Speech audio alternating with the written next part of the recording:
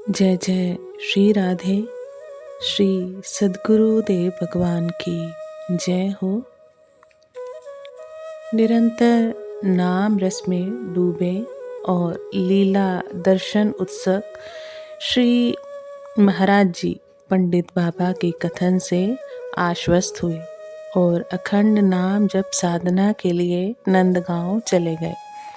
वहाँ सघन वृक्षावली से परिवेष्टित परम रमणीय श्री ललिता कुंड पर श्री छितरिया पंडित की एकांतिक कुटिया में रहते हुए आप अखंड नाम जप में संलग्न हो गए। श्री अवधदास जी महाराज ने इसी कुंड पर भजन किया था। उनकी भजन स्थली भी आज वहाँ बनी हुई है। प्रातःकाल 4 बजे आप कुंड में स्नान करके नाम जप के लिए बैठ जाते।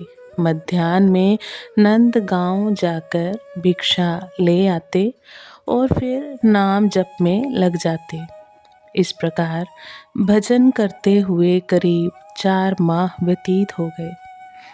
इन्हीं दिनों आपने सुना श्री पंडित बाबा श्री राम कृष्ण दास जी के कृपा पात्र संत श्री कृपा सिंधु दास जी महाराज नंदगांव और बरसाने के बीच में स्थित रस ग्रंथों में वर्णित लीला स्थली प्रेम सरोवर में विराज रहे हैं तथा रात्रि में 1-2 अंतरंग संतों के साथ सत्संग चर्चा करते हैं।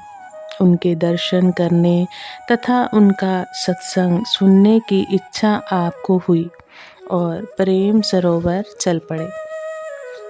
दूर से आपने देखा कि एक झोंपड़ी के पास एक सघन लता कुंज में छोटा सा दीपक टिमटिमा रहा है।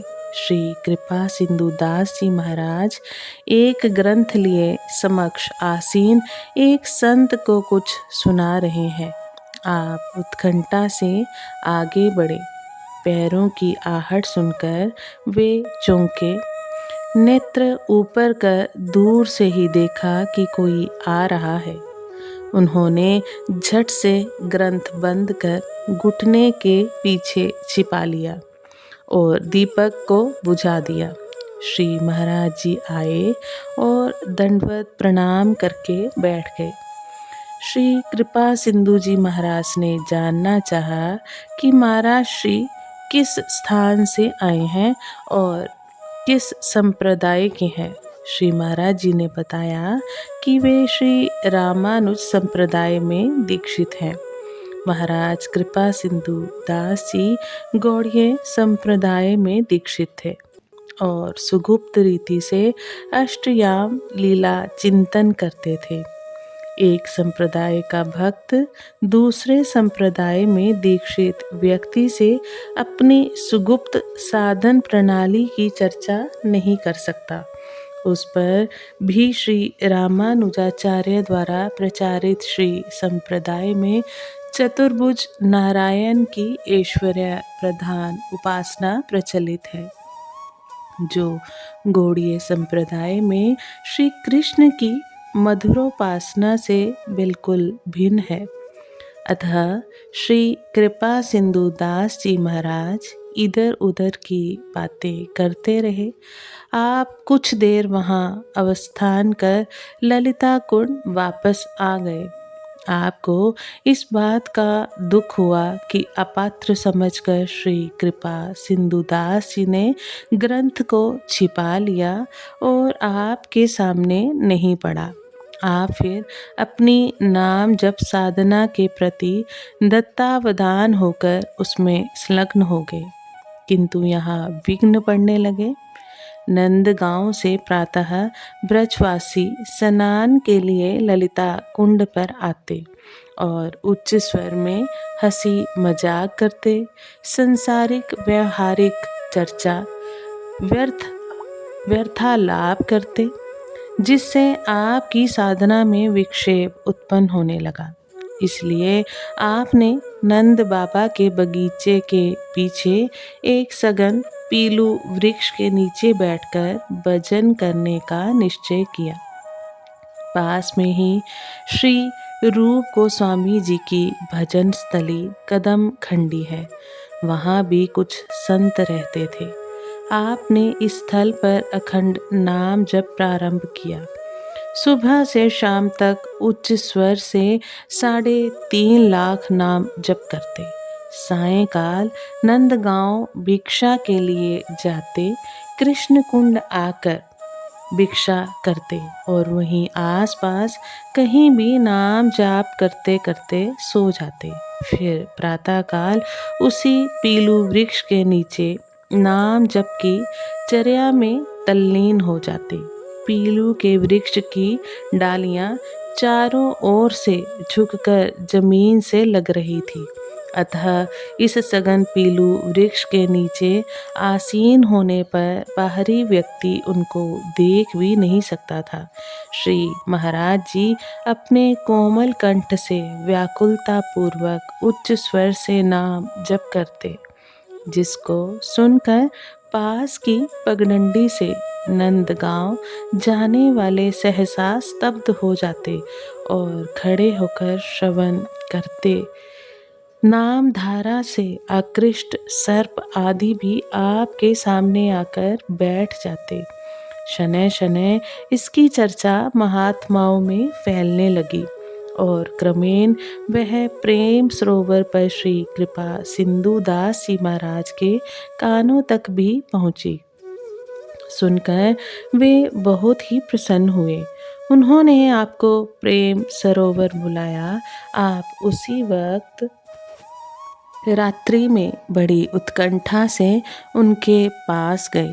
प्रेम सरोवर पर कदम्बों के नीचे 3-4 संतों के मध्य वे गोविंद लीला अमृत की चर्चा कर रहे थे। आप भी निकट विराज गए। चर्चा मध्य अभिसार लीला का वर्णन हो रहा था। श्री कृष्ण वृंदावन में गौएं चरा रहे हैं। सखी ने ये सूचना दी। ललितादिक सखीगण ने संकेत स्थल पर पहुँचने के लिए दिवा विसार के योग्य गुरुजनों को वंचित करने के लिए सखा वेश में श्रृंगार किया और प्रिया जी को सुबल वेश में सजाया, क्योंकि सुबल ही अनुहार प्रिया के समान है। सखा वेश के श्रृंगार तो कर दिया, किंतु उन्नत उरोजों को कैसे छिपाया जाए, यही विचार सखी कर रही थी कि उछलता कूदता हुआ मृग शावक सामने आकर मुग्ध सा उपस्थित हो गया। ललिता जी ने भी हंसते हुए उसे पकड़ लिया और प्रिया जी की गोद में दे दिया। देवात मंगल सुयोग देखकर प्रिया जी प्रफुल्ल हो उठी और उसे हृदय से लगाए श्रीवन की ओर अभिसरण करने लगी। सखा वेश में सखी समूह के अद्भुत अभिनिवेश में विचित्र महाभवोदधि में लहराती हुई सुभल वेश में अभिसर नौन्मुखा श्रीप्रिया अत्यंत सुशोभित हो रही हैं। कदम्ब तमाल ध्रुवों से लिपटी वल्लरियों की शोभा, मकरंद भीनी शीतल पावन का स्पर्श, मोर शुक कोकिल के कलरव एवं भृंग समूह के गुंजरित स्वर के उन्मादकारी वातावरण ने उनकी विचित्र भावमयी दशा उत्पन्न कर दी। वे जहाँ तहाँ प्रियतम की स्थिति का प्रत्यक्षानुभव कर ठिठक जाती। सखियाँ रस भरे विनोद प्रमोद द्वारा उन्हें प्रबोध देती हुई आगे ले जा रही हैं। संपूर्ण वन प्रांत उनके नूपुरों की रुंझुन झनकार से गुंजायमान और अंग कांति से उद्भासित तथा अंग सुगंध से सुरभित हो रहा है। श्री महाराज जी सोत्कंठ दत्तचित्त हुए इस नूतन लीला का श्रवण कर रहे थे। उनके भजन भाव से समृद्ध अत्यंत पूत निर्मल हृदय में ये लीला मूर्तिमान स्फुरित हो गई। उस भावोदधि की लहरी को शरीर संभाल न सका। वह हर्षोत्पुलक के वेग से एक हस्त ऊंचा उछल गया। अश्रु, रोमांच, कंप, पुलकावली से देह यष्टि व्याप्त हो गई। अति गंभीर व भावगोपन स्वभाव प्रिया श्री महाराज जी ने प्रयत्न पूर्वक भाव का संवरण कर लिया। श्री कृपा सिंधु जी ने ग्रंथ पढ़ते पढ़ते ही तिरछी दृष्टि से श्री महाराज जी की ओर देखा, सुयोग्य पात्र समझकर अत्यंत प्रसन्न हुए और पुनः पढ़ना प्रारंभ कर दिया। सत्संग के पश्चात अत्यंत प्रेम दर्शाते हुए वार्तालाप किया और अपने सत्संग में कभी कभी आने को कहा। उन्होंने आपको अपने ग्रंथों को भी पढ़कर सुनाया। एक अंतर कथा के साथ यहाँ एक बात और कह दी जाए, इस साधन काल में आपकी परीक्षा भी होती रहती थी। जब कदम्ब खंडी में नाम जप, निरत और संकीर्तन प्रिय महात्मा के रूप में आपकी ख्याति होने लगी, तो वहाँ रहने वाले साधकों के मन में ईर्ष्या जागृत हुई। एक दिन आप अपने नित्य नियम के अनुसार 3.5 लाख नाम जप पूरा करके नंदगांव भिक्षा के लिए गए और वहीं कहीं सो गए। प्रातःकाल जब आप स्नान करके पीलू वृक्ष के नीचे अपनी नियत भजन स्थली पर आए, तो देखा कि वहाँ किसी ने शौच क्रिया संपन्न की हुई है। आपको अपनी नाम जप साधना में विलंब हो रहा था, इसलिए वह स्थल स्वच्छ किया, गोबर से लीपा और भजन में निरत हो गए। आपके निर्मल चित्त में इस विचार की हल्की रेखा भी नहीं उठी कि किसी ने द्वेषवश ये विघ्न उपस्थित किया है। अवान्तर काल में जिस व्यक्ति ने ये दुष्कर्म किया था, उसकी पीठ पर कारमकल फोड़ा हो गया। पीड़ा से व्यथित उसने श्री महाराज जी के पास आकर क्षमा याचना की। श्री महाराज जी ने उसे सांत्वना दी। क्रमशः उसका रोग दूर हो गया। किंतु एक विषम परीक्षा कुछ दिन बाद बरसाने के निकट पीली पोखर के पास हुई, जहाँ श्री महाराज जी एक कुटिया में भजन में निरत थे। संध्या का समय था। धीरे धीरे अंधकार छा रहा था। आप नाम जप में तल्लीन थे। सहसा एक रूपवती किशोरी उस जन शून्य स्थल पर श्री महाराज जी के पास आई और प्रणय निवेदन करती हुई कहने लगी, ले बाबा, अपनी इच्छा पूरी कर ले। आगे बढ़कर वह श्री महाराज जी के अत्यंत निकट खड़ी हो गई। यह सोचकर कि मेरी परीक्षा हो रही है, श्री महाराज जी जोर जोर से रोने लगे। यह देखकर वह किशोरी भाग गई। इस घटना से व्यथित आप कई दिनों तक रोते रहे। अंततोगत्वा किसी दिव्य शक्ति ने आपको सांत्वना दी, जिससे आपकी व्यथा शमित हुई। आपने उस पीलू वृक्ष के नीचे 4 माह तक सतत भजन किया। उसके बाद आप पास में ही नंद बाबा के बगीचे की एक कुटिया में भजन करने लगे। पीलू वृक्ष थली छोड़ने के बाद वह पीलू वृक्ष धीरे धीरे सूख गया। मैंने उस सूखे पीलू वृक्ष के बाद में श्री महाराज जी के साथ जाकर देखा था। श्री महाराज जी कहते थे, इस वृक्ष का उद्धार हो गया है। श्री नंद बाबा के बगीचे में कुछ गोड़िए बंगाली साधु भी निवास करते थे। उनमें एक श्री स्वस्ति करणानंद जी अच्छे भजनानंदी, कीर्तन प्रेमी, खोल बजाने में प्रवीण और कठोर त्यागमय जीवन व्यतीत करने वाले महात्मा आपकी कुटिया के सन्निकट ही रहते थे। वे श्री प्रबोधानंद सरस्वती कृत संगीत माधव के पदों का सुललित स्वरों में गायन करते, जो श्री महाराज जी को बहुत प्रिय लगता। अतः श्री महाराज जी ने श्री स्वस्तिकरणानंद जी से निवेदन किया कि वे पद लिखकर दे दें, किंतु सांप्रदायिक भेद के कारण उन्होंने ऐसा नहीं किया।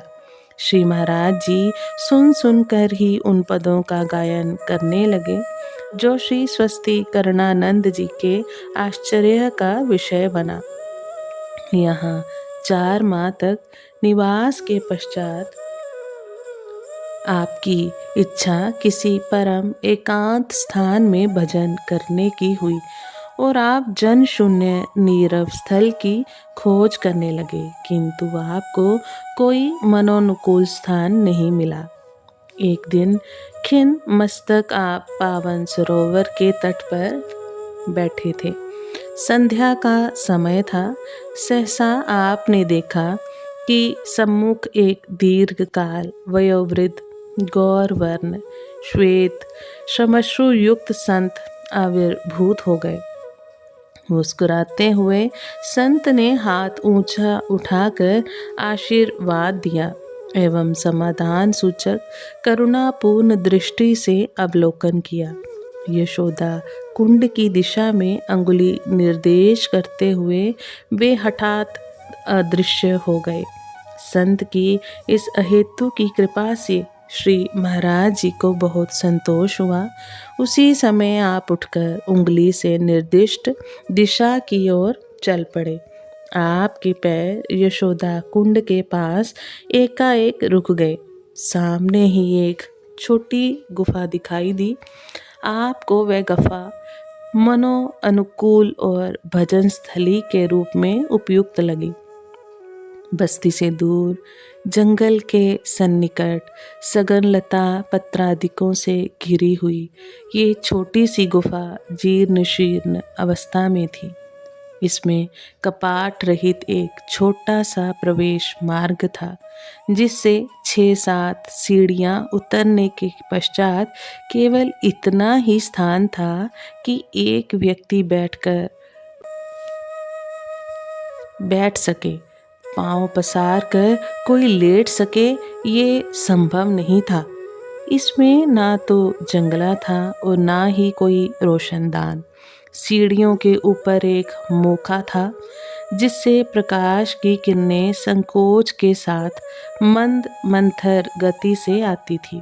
श्री महाराज जी के श्रीमुख से ही सुना कि ये गुफा 400 वर्ष पुरानी है। इसमें अनेक संतों ने भजन किया था। पावन सरोवर पर जो संत मुझे दिखाई दिए थे, उन्होंने भी इस गुफा में रहकर भजन किया था। ऐसा श्री महाराज जी का कथन था। नंदगांव से दूर गुफा के पास ही यशोदा कुंड नामक एक कच्चा सरोवर है। यहीं से एक कच्ची पगडंडी बरसाने की ओर जाती है। वृक्षावलियों से घिरा हुआ ये सरोवर अति रमणीय एवं प्राचीन लीला स्थली है। इसके एक और पक्का घाट बना हुआ है। कथन है कि श्री यशोदा जी नंदगांव से प्रातः स्नान करने आती जाती थी। इस सरोवर की पश्चिम दिशा में हाओ बिलाओ नामक स्थान है। कहते हैं यशोदा मैया ने श्री कृष्ण को वन में अकेले जाने से रोकने के लिए ये कहकर डराया था कि वहाँ अकेले जाओगे तो हाओ बिलाओ पकड़ लेंगे तुम्हें। वह यही स्थान है।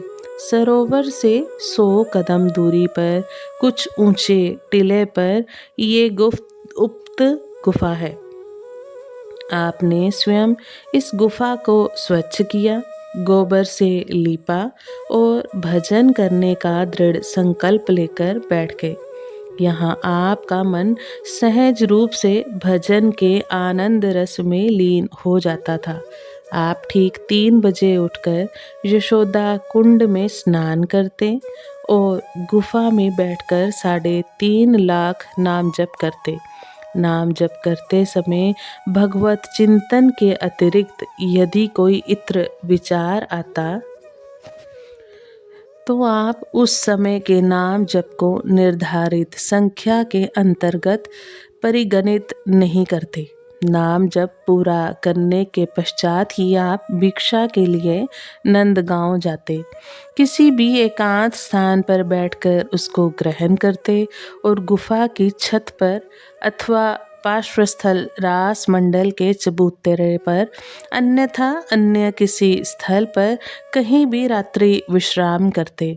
ना ही कोई परिचय, ना कहीं आना जाना, केवल नाम जप और उस समय निरंतर अश्रुपात। कभी कभी नंदगांव में कोई रास मंडली आती, तब आप रास लीला दर्शन के लिए जाते। उस समय आपको अतिशय प्रेम की जागृति होती और रोते रहते। ये देखकर ब्रजवासियों ने आपका नाम रोने वाला बाबा रख दिया था। इस अवधि में आपके शरीर से चंद्र की मंद ज्योत्सना के सदृश प्रकाश निकलने लगा और आप अंधेरी रात में इसी अंग निश्रित प्रकाश से पथ देख लिया करते थे। एक दो बार ब्रजवासियों ने इस प्रकाश को देखकर कहा, जे क्या है रयो है। तब से आप जब भिक्षा के लिए जाते तो नेत्रों को छोड़कर संपूर्ण शरीर आवृत कर लेते। 4 माह के प्रयास के बाद आप इस प्रकाश का संवरण कर पाए। इस समय प्रियतम से मिलन की इच्छा जनित व्याकुलता निरंतर बढ़ती जा रही थी। एकादशी तिथि को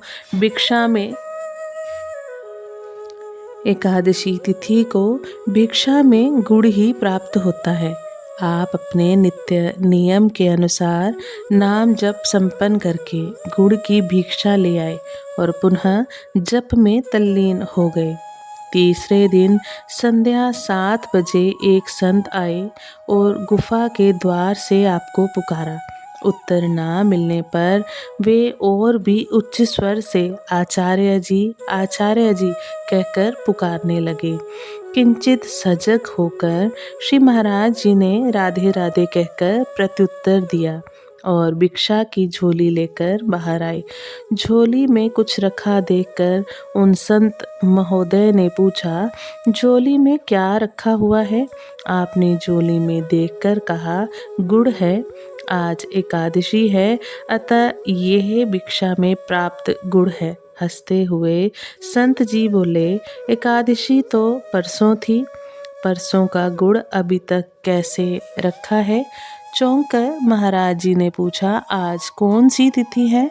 उत्तर था, त्रयोदशी। श्री महाराज जी विचार में पड़ गए। स्मृति लौटी, मूर्छित स्थिति का स्मरण हुआ। संत जी की बात से ज्ञात हुआ कि वे एकादशी से त्रयोदशी की संध्या तक 3 दिन मूर्छित अवस्था में थे और उन संत के पुकारने से ही उनकी मूर्छा भंग हुई। परंतु उन संत से श्री महाराज जी क्या कहते?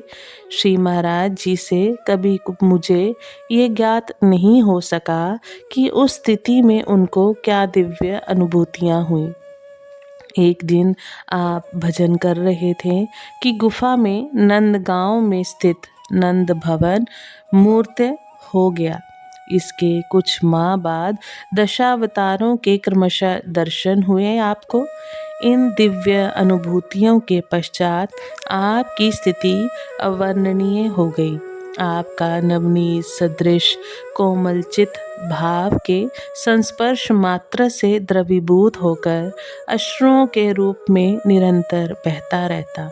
एक बार अनवरत रोते रोते अनेक दिन बीत गए। सहसा गुफा आलोक से जगमगा उठी। प्रकाश मंडल से एक दिव्य गोपी आविर्भूत हुई। उसने श्री महाराज जी को गोदी में लेकर प्यार किया और समझाया और उसके पश्चात वह अंतर ध्यान हो गई। गोपी का अंतर ध्यान होना था कि विरह जन्य व्याकुलता, छटपटाहट, तड़प ने जीवन दुस्सह कर दिया। भजन और चिंतन में किंचिदपि विक्षेप असहनीय पीड़ादायी था। दैनिक कृत्य अंतराय प्रतीत होने लगा। इसलिए आप एक दो घरों से ही भिक्षा लेकर शीघ्रता से उसको ग्रहण करके नाम जप के आनंद में अथवा लीला रस में निमग्न हो जाते थे। जब प्रतिदिन भिक्षाटन ही सहनीय नहीं हुआ तो एक दिन 6-7 घरों से भिक्षा ली, उसे सुखा लिया और मटके के पानी में घोलकर थोड़ी थोड़ी प्रतिदिन ले ली। आज हम वाणी को यही विश्राम देते हैं। गुरु कृपा से इस प्रसंग को, इस चर्चा को आगे भी बढ़ाने का प्रयास करेंगे। आप सभी वैष्णव जन को श्री हरिवंशी श्री सद्गुरुदेव भगवान